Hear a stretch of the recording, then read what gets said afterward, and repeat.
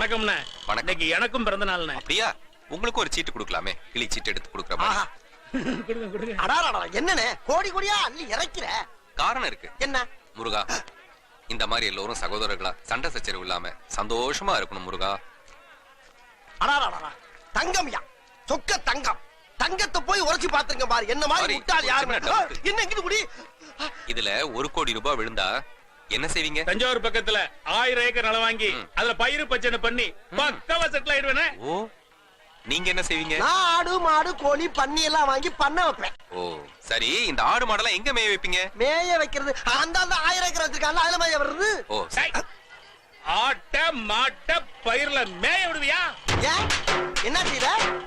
காளமாடு பசுமாடு காலெல்லாம் வெட்டி ஒன்னைய வெட்டி தொலைச்சிருவேன். பசுமாடுங்கிறது ஒரு தெய்வம்டா, அத போய் வெட்டியா நீ? வெட்டா நீ வெட்டி பாடுற, அதுக்கப்புறம் உசுரோட இருக்கானு பாப்போம். என்னது மாட்ட மேய விட்டது இல்லாம மரியாதை இல்லாம பேசுறியா?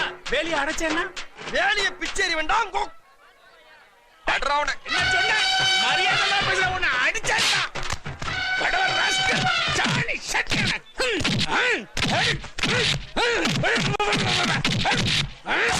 சொரண்டி தான் உன்னை எடுத்துட்டு போகணும்.